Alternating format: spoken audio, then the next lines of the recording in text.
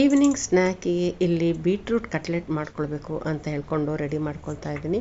2 beetroot ತೊಗೊಂಡಿದ್ದೀನಿ. ಸಿಪ್ಪೆ ಎಲ್ಲ ಸುಲಿದ್ಕೊಂಡು ಅದನ್ನು ತುರಿದುಕೊಳ್ತೀನಿ. ತುರಿದು ಸ್ವಲ್ಪ ಮುಕ್ಕಾಲು ಭಾಗನ ನಾನು ಮಿಕ್ಸಿಗೆ ಹಾಕ್ಕೊಳ್ತೀನಿ, ಸ್ವಲ್ಪ ಕಾಲು ಭಾಗನ ತೆಗೆದಿಟ್ಕೊಳ್ತೀನಿ.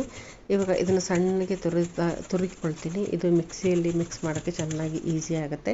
ಕಟ್ ಮಾಡಿ ಹಾಕಿದ್ರೆ ಹಾಗಾಗಿ ಸ್ವಲ್ಪ ದಪ್ಪ ದಪ್ಪ ಹಾಗೆ ಇರುತ್ತೆ ಅಂತೇಳಿ ತುರಿದಿಟ್ಕೊತಾ ಇದ್ದೀನಿ. ಇದನ್ನು ಫೈನ್ ಪೇಸ್ಟ್ ಮಾಡ್ಕೊಳ್ತೀನಿ. ಒಂದು ಸ್ವಲ್ಪ ಕಾಲು ಭಾಗ ತೆಗೆದಿಟ್ಕೊಳ್ತೀನಿ. ಇಲ್ಲೊಂದು 4 ಮೆಣಸಿನ್ಕಾಯಿ ಹಾಕ್ಕೊಂಡು ಕರ್ಬೇವಿನ ಸೊಪ್ಪು ಹಾಕ್ಕೊಳ್ತೀನಿ, ಸ್ವಲ್ಪ ಶುಂಠಿ ಹಾಕ್ಕೊಳ್ತೀನಿ. ಇಷ್ಟನ್ನು ಹಾಕಿ ಸ್ವಲ್ಪ ಚೆನ್ನಾಗಿ ಮಿಕ್ಸಿಗೆ ಹೊಡ್ಕೊಂಡು ನುಣ್ಣಗೆ ಮಾಡ್ಕೊಳ್ತೀನಿ. ನೀರು ಜಾಸ್ತಿ ಹಾಕ್ಕೊಳ್ಳಲ್ಲ, ನೀರು ಸ್ವಲ್ಪ ಮಟ್ಟಿಗೆ ಹಾಕ್ಕೊಂಡು ಸ್ವಲ್ಪ ಗಟ್ಟಿ ಇರೋಕ್ಕೆ. ಯಾಕಂದರೆ ಆಮೇಲೆ ನಾವು ಸ್ವಲ್ಪ ಬೈಂಡಿಂಗಿಗೆ ಸ್ವಲ್ಪ ಅರ್ಧ ಕಪ್ಪು ಕಡಲೆ ಹಿಟ್ಟು, ಅರ್ಧ ಕಪ್ ಅಕ್ಕಿ ಹಿಟ್ಟು ಹಾಕ್ಕೊಳ್ತೀನಿ.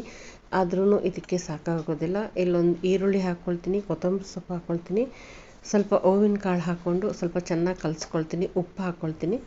ಹಾಕ್ಕೊಂಡು ಚೆನ್ನಾಗಿ ಕಲಿಸ್ಕೊಂಡು ಇದಕ್ಕೆ ಅರ್ಧ ಕಪ್ಪು ಕಡಲೆ ಹಿಟ್ಟು, ಅರ್ಧ ಕಪ್ಪು ಅಕ್ಕಿ ಹಿಟ್ಟು ಹಾಕ್ಕೊಂಡು ಮಿಕ್ಸ್ ಮಾಡ್ಕೊಳ್ತೀನಿ. ಇದು ಸಾಕಾಗೋದಿಲ್ಲ ಇಲ್ಲಿ ಬೈಂಡಿಂಗಿಗೆ, ಹಾಗಾಗಿ ರವೆ ಹಾಕ್ಕೊಳ್ತೀನಿ. ರವೆ ಒಂದು ಅರ್ಧ ಕಪ್ ಹಾಕ್ಕೊಳ್ತೀನಿ. ಇಲ್ಲಿ ರವೆ ಹಾಕ್ಕೊಂಡ್ರೆ ಸ್ವಲ್ಪ ಎಲ್ಲ ಚೆನ್ನಾಗಿ ಎಲ್ಲ ಹೀರ್ಕೊಳ್ಳುತ್ತೆ ನೀರಿನ ಅಂಶ, ಹಾಗಾಗಿ ಸ್ವಲ್ಪ ಗಟ್ಟಿ ಬರುತ್ತೆ.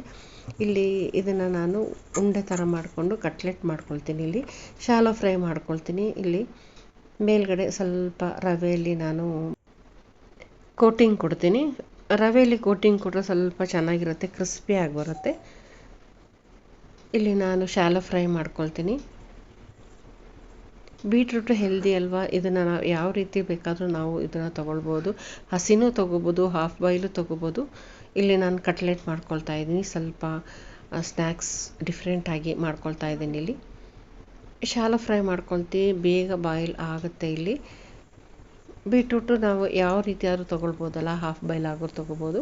ಇಲ್ಲಿ ಜಸ್ಟ್ ಒಂದು ಶಾಲೋ ಫ್ರೈ ಮಾಡಿಕೊಂಡು ಇಲ್ಲಿ ನಾನು ತೆಗೆದಿಟ್ಕೊಳ್ತೀನಿ. ಇದು ನಾವು ಬನ್ನಲ್ಲಿ ಅಥವಾ ಬ್ರೆಡ್ಡಲ್ಲಿ, ಪೌಂಡ್ ಬ್ರೆಡ್ಡಲ್ಲಿ ಸೆಂಟ್ರಲ್ಲಿ ಇಟ್ಕೊಂಡು ನಾವು ಬರ್ಗರ್ ಥರನೂ ತಿನ್ಕೋಬೋದು.